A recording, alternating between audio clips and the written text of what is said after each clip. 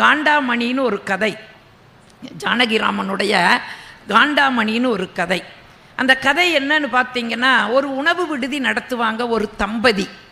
அந்த உணவு விடுதியில் எல்லாரும் வருவாங்க, சாப்பிடுவாங்க, போவாங்க. பஞ்சவர்ணம்னு ஒரு கவர்மெண்ட் ஸ்கூலில் கிளர்க்காக இருக்கிற வயதானவர், அவர் அப்பப்போ வந்து சாப்பிடுவார். அன்னைக்கு அப்படி தான் சமையல் வேலையெல்லாம் முடிஞ்ச பிறகு பஞ்சவர்ணம் தான் முதலாளாக வர்றாரு, வந்து சாப்பிட்றாரு. அவருக்கு சாப்பாடு போட்டுட்டு குழம்பெல்லாம் ஊற்றிட்டு அவர் சாப்பிட்ருக்கும்போது அவர் உள்ளே போய் அந்த குழம்பு அப்படின்னு இது பார்க்கும்போது ஒரு விஷப்பாம்பு அந்த குழம்புக்குள்ளே விழுந்துருக்கு. அந்த கடை உணவு விடுதி நடத்தவர் பதறி போய், ஐயோ இந்த குழம்பு அவருக்கு ஊற்றிட்டோமே, அவர் சாப்பிட்ருப்பாரு, தடுக்கலாம் அப்படின்னு வர்றதுக்குள்ளே என்ன ஆகு, சாப்பிட்டு முடிச்சிருவார். அவர் இலைய மூடி எடுத்து போட்டுட்டு அதுக்கான காசை கொடுத்துட்டு போயிடுவார். உடனே தப்பு செஞ்சிட்டோன்னு மனசு கடந்து அவருக்கு அப்படியே பதறு. என்ன செய்யறதுன்னு தெரியல. சரி, எதுக்கும் காலையில் வரைக்கும் பார்க்கலாம், அவர் உயிரோடு இருக்கிறாரா இல்லையான்னு காலையில் வரைக்கும் பார்க்கலான்னு பார்ப்பாரு. காலையில் அவர் இறந்துருவார். ஊரே கூடி அவரை அடக்கம் பண்ணிட்டு என்ன சொல்லுவாங்க, வயசானவர் அதனால் இறந்துட்டாருன்னு ஊர் சொல்லிடு. ஆனாலும் இவருக்கு அந்த மனசாட்சி என்ன பண்ணும் தெரியுமா, உறுத்திட்டே இருக்கும். ஐயோ யாராச்சுக்கு தெரிஞ்சா என்னை ஜெயிலில் கொண்டு போய் வச்சு என் கடையெல்லாம் க்ளோஸ் பண்ணி நான் வாழ்ந்த வாழ்க்கைக்கே அர்த்தம் இருக்காதே அப்படின்னு பார்த்தா, அந்த ஊரில் ஒரு சிவன் கோயில் கோபுரம் பெருசாக சிவசிவான்னு எழுதியிருக்கு.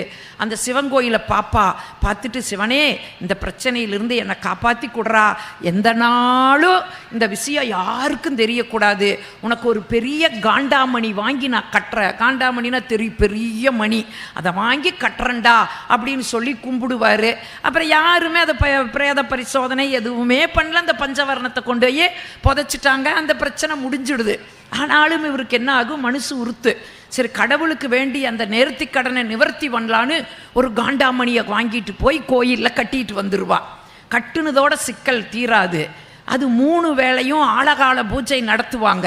அப்படி நடத்தும்போது அந்த காண்டாமணி டன்னு அடிக்கும்போது இந்த உணவு விடுதி நடத்தவருக்கு பஞ்சவர்ணம், விஷப்பாம்பு, அந்த குழம்பு நினைவில் வரும். அதிலிருந்து மீண்டு வர்றதுக்குள்ள மத்தியான பூஜை டன்னு அடிக்கு. திரும்ப அதே பாம்பு, பஞ்சவர்ணம், அதே குழம்பு நினைவில் வந்து போகும். கதையை ஜானகிராமன் இப்படி முடிப்பார்.